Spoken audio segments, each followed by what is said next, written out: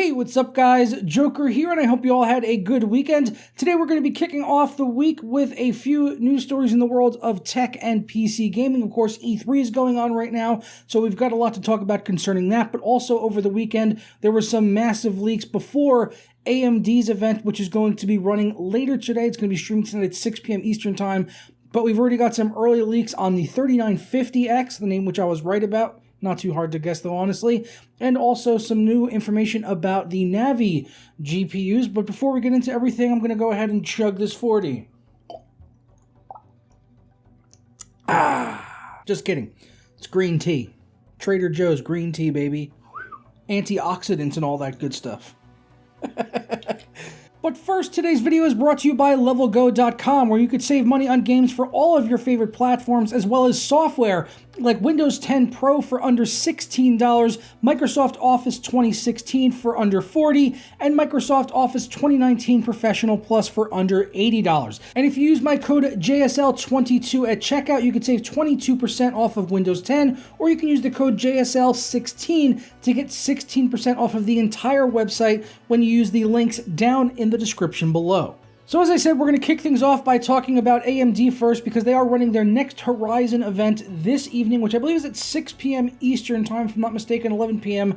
UK time. I'm not sure yet if I'm going to stream it live or if I'm just going to do a supercut like I did with the last AMD event, which you guys did seem to enjoy. So I'll either do one of those two. Leave in a comment down below on which one you would prefer to see, a supercut or a live stream of the event, or maybe even both. But before the event goes live, of course, we've got some leaks. These went live last evening over on videocards.com. So we'll kick things off talking about the Ryzen 9 3950X, the 16-core part, the new Ryzen Zen 2 CPU, which everyone already knew existed. We knew it was coming, but AMD just was like, oh, we don't know what you guys are talking about, even though it's existed. We've already seen benchmarks of it. It's an absolute monster. Well, now we've got specs, and we've got this leak slide, which shows the first ever 16-core mainstream gaming CPU. Although I don't know really why you'd buy it for gaming primarily. And of course, you could game on it, but personally, I would want to use it for content creation, but then also have the advantage of still having a fast CPU for gaming. But as you can see, 16 cores, 32 threads,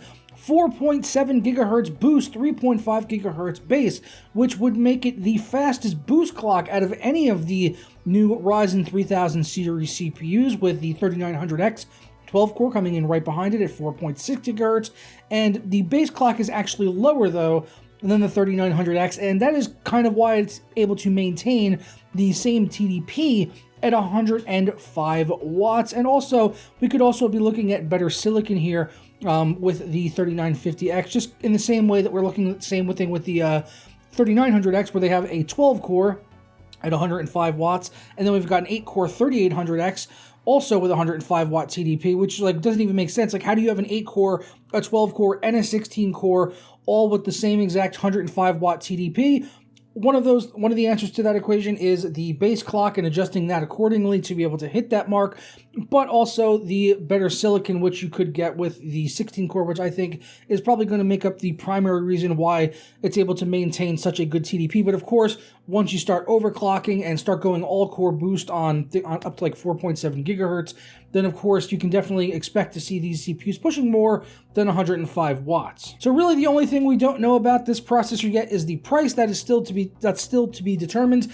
But personally, I've already guessed about this and I've asked you guys about it as well. I think it's going to be $599, possibly. I mean, the ceiling price I think is going to be $750 on this thing, but I do think it is going to be $599. We've got the 8-core at $400. We've got the 12-core at $500. It makes logical reason for the 16-core to go right for $600, which would be incredible, because the 9900Ks, when those launched, you were getting those for, you know, around $550. Now you can find them for around $500. And if they can come out with a part that is double the core count and getting pretty darn close to it on clock speeds, then I think AMD is going to win all day long, and RIP Intel. Next up, another news bit from AMD concerning the Radeon RX 5700 XT. This would be the top-end SKU on the new Navi lineup, and we get a look at the specs and also the design of the cooler on this card, which, according to the slide, looks like it's a blower-style card. It's just so painful to see that, and it's...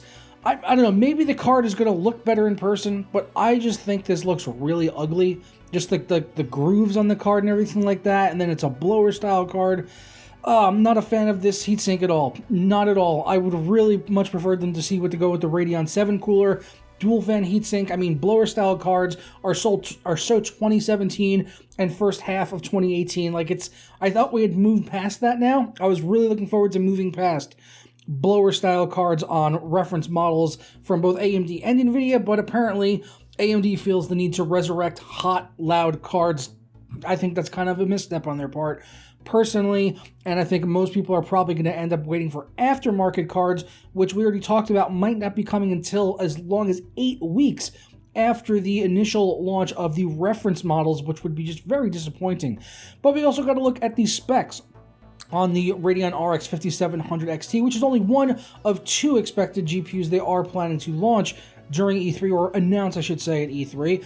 What you can see, it is running on 7nm with 2,560 stream processors compared to the RX 590 previously. It's only a little bit more in terms of stream processors, but you have to remember that this is running on RDNA versus what it was running on previously, the GCN architecture. So of course it's going to get performance uplift from that, and also the fact that it's on 7nm, higher clock speeds. As you can see with the clocks, we're looking at a 1605 megahertz base and a gaming clock, whatever that is. I guess they're going to have different clock speeds you can adjust in Wattman software, 755 megahertz, and then a boost clock of 1905 megahertz.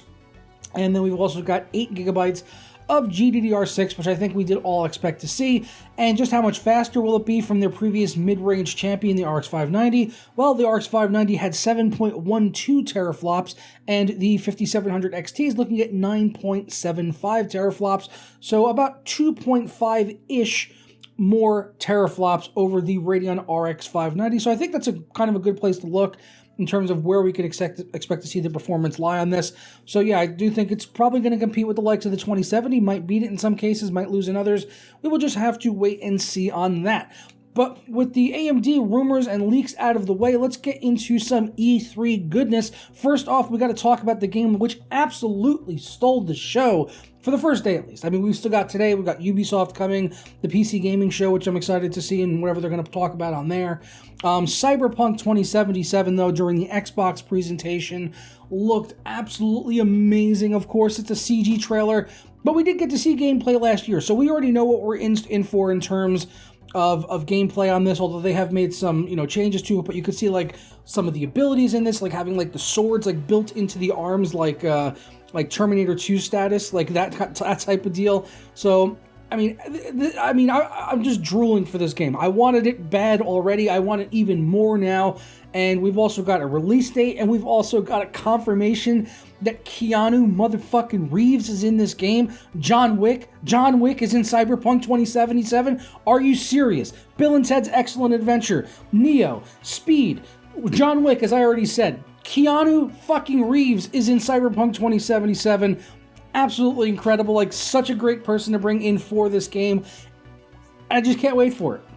I know you guys are amped about it as well. CD Projekt Red has such a good track record with the Witcher series, and I'm so excited to see their new IP with this, and the setting and everything like that, and the type of game that it is, the sci-fi, cyberpunk type of thing.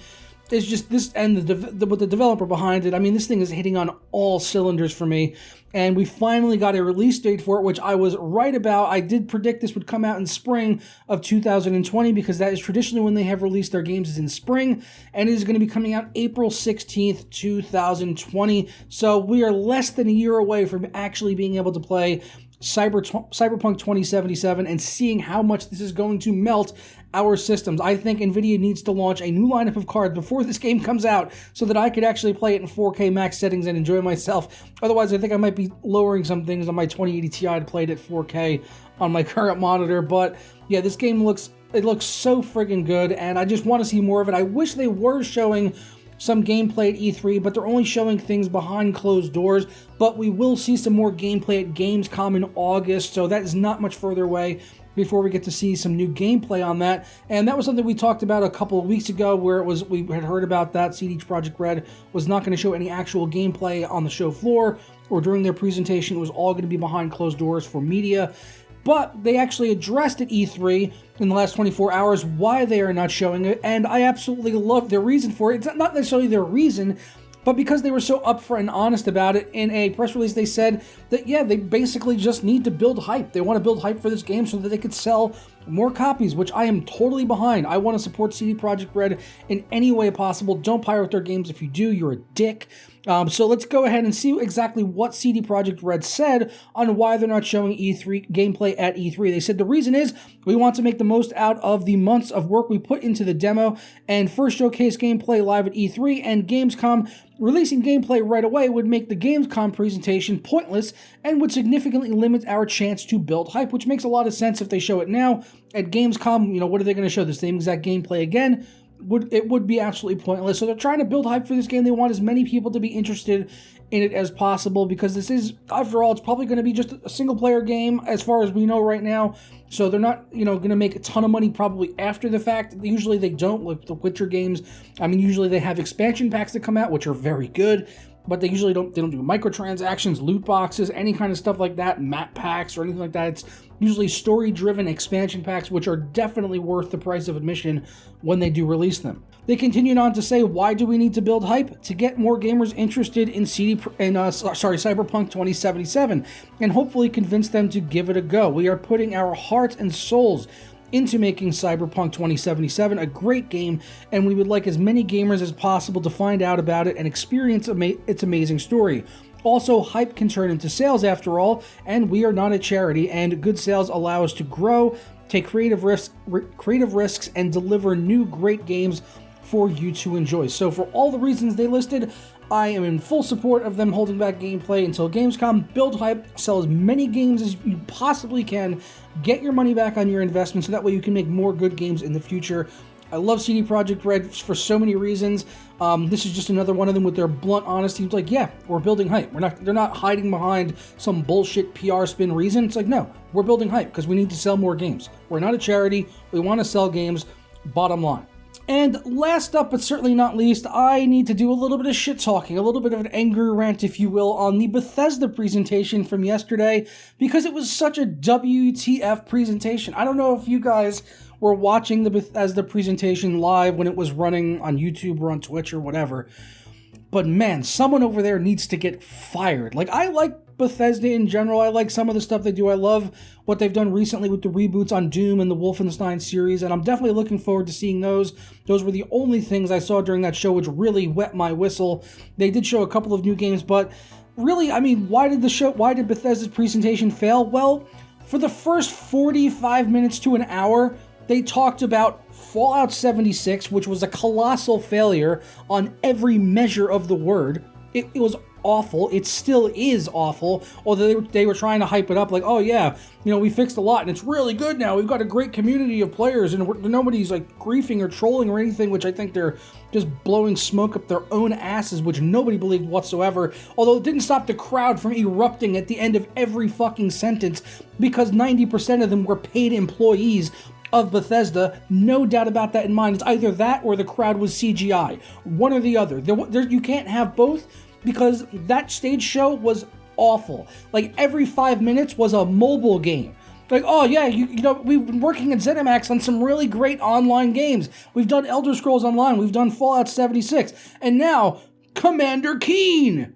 Hoo-hoo! Can't wait to whip out my phone and download that. Not. Like, are you kidding me? You spent the first 45 minutes talking about Fallout 76, that piece of shit, and fucking games for phones? Like, who determined your lineup in the order in which you presented stuff? You have, like, in this day and age of having information at your fingertips, you got, like, 30 seconds to a minute max to get my attention, and if not, I'm clicking away or putting on something else or looking down at my smartphone and not paying attention to you. And when you spend the first 45 minutes talking about mobile games, you could bet your ass I'm going to leave. I actually did. I turned it off and I went and watched Breaking Bad, which is now my 5th watch through. So I went and watched something that I've already seen 4 times previously, rather than watch that shit show that Bethesda put on last night. 45 fucking minutes of mobile games. Are you kidding me right now?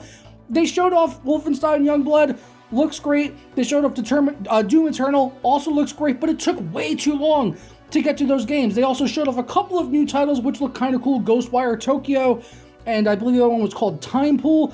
But right now, those are nothing more than wet dreams in Bethesda's eyes because they have absolutely no gameplay to show whatsoever. It was complete CG trailer footage. We didn't get to see any gameplay, so we know absolutely nothing about these games or what they're really about. Although they do have some pretty accomplished game studios behind them, like Arcane. They've done some good games in the past, so I would hope that their game is going to, at the very least, be good, because they haven't really done me wrong so far that I can remember. You know, they've done the Dishonored games and all that. So I am hoping that their new title is good as well, but all we got was CG trailers, so we don't really know anything about these games. So really, I mean, besides those and, you know, mobile games, really all we got to see was Doom Eternal and Wolfenstein Youngblood, two games which we've already seen before. So there was nothing really exciting out of their show, and also the order in which they presented things was awful. Like, they should have smashed right through the door with, like, Doom Eternal and heavy metal ripping and just ripping bodies in half and all that stuff, and instead they were like, play Commander Keen on mobile games. No, that's not how you do a stage show at E3, Bethesda.